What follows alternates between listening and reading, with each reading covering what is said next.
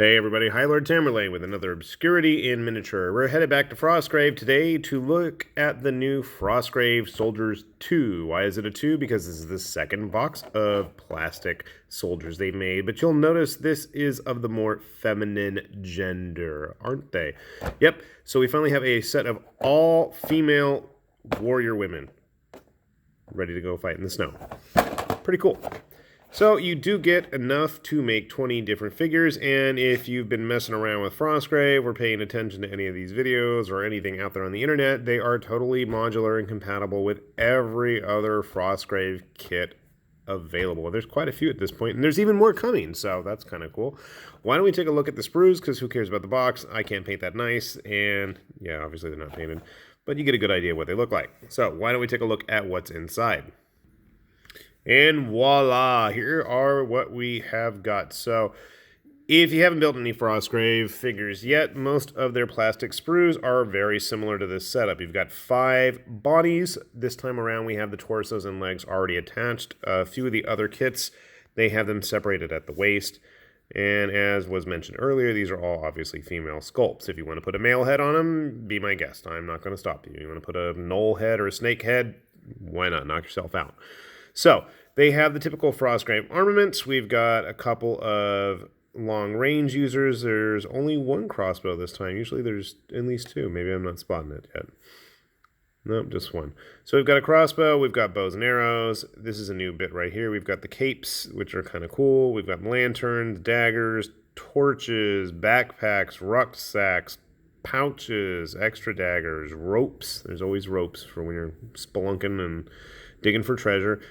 The usual big double-handed axe, and got the various hand-to-hand close combat weapons, and a spear. Surprisingly, no halberds this time. I was kind of disappointed about that. Other big disappointment for me was there's only 2 shields, and that's really not a disappointment for me necessarily, as it might be for people who are just getting into these figures, because, well, you got 20 people times, what, 4 sprues, you only got like 8 shields. I guess half and half. It's not that bad. Interestingly, here we have a set of 10 different heads, which are all out of focus. They are not all of the Anglo persuasion either, which is very cool. We've got heads with various hats and hoods, so that's really nice as well.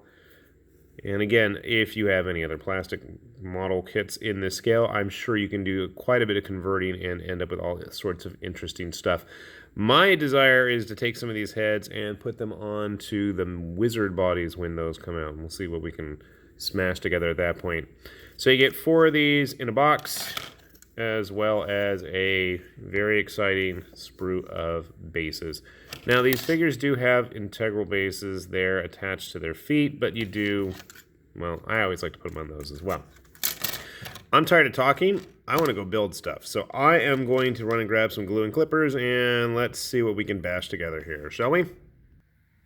Okay, so I did not build an entire box yet. I just don't have the patience to do that, but I did put together a couple of figures just to highlight a few facts and, well, figures, but, yeah, pardon the pun. So obviously, I always like to have a lantern bearer. Maybe that's just my fascination with Kingdom Death and the lanterns there. So you can see pretty well armored, and again, since these are all women, you can put together your whole little warrior women band, which is kind of cool. I'm rambling about that, but that's beside the point. So you can see she's kind of geared up for fighting. I need to clean her up a little bit still. I like the backpack. It's a new backpack model that they've come out with. Some of these figures I built, I think, have older ones, but here is one of the caped models. Again, very plain shields. This is an interesting thing. So if you want to go crazy with adornments and, you know, purity scrolls and junk hanging off of them, I mean, by all means, you totally can. So again, dressed very much so for the weather, and in need of a cleaning there by me. Let's see, what do we got here? Another more heavily armored one, and lots of extra stuff all over her backpack. Why she's got daggers and axes, I don't know. I think this one's got my favorite head. I like that face with the bandit-like muffler on top of it. And I'm not sure where those came from. I'm guessing from their sprue. There's not like any specific point where a lot of these little bits can go either. So you can just kind of glue them on anywhere and they'll be good to go. And finally, we have another figure with a big giant battle axe. So how do they compare to the actual male Frostgrave figures? Let's see. Here is a plastic archer that was built some time ago. And you can see the GW figure is a little bit bigger. And this is an older GW figure at that. So be aware that the Frostgrave figures are just a little bit shy of the more modern standard 30 millimeter stuff. And with one of the metals, just to give you a good sense of scale. I also grabbed a cultist from the same line. You can see him there. So, I mean, there is a little bit of diversity, at least in terms of size, just in the line itself. And I also grabbed a Snake Man, who disappointingly was not as big as I had hoped, but you can still get a good look at him there and how he compares with the other models. So overall, I gotta say I'm pretty pleased with the kit. There's a lot of options other than shield shape, and if you've got any other Frostgrave kits, those are pretty easy to acquire.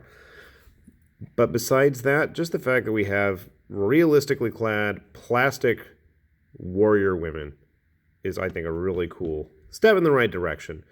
Sadly, my daughter does not want to bother building any, as much as I've tried to sucker her into it, but we're not giving up hope yet.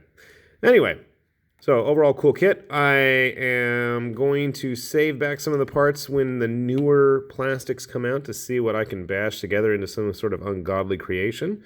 Hopefully I can show those off in the near future then. With that said, this has been High Lord Tamerlane and Obscurities in Miniatures saying thanks for watching. See you later. Bye-bye.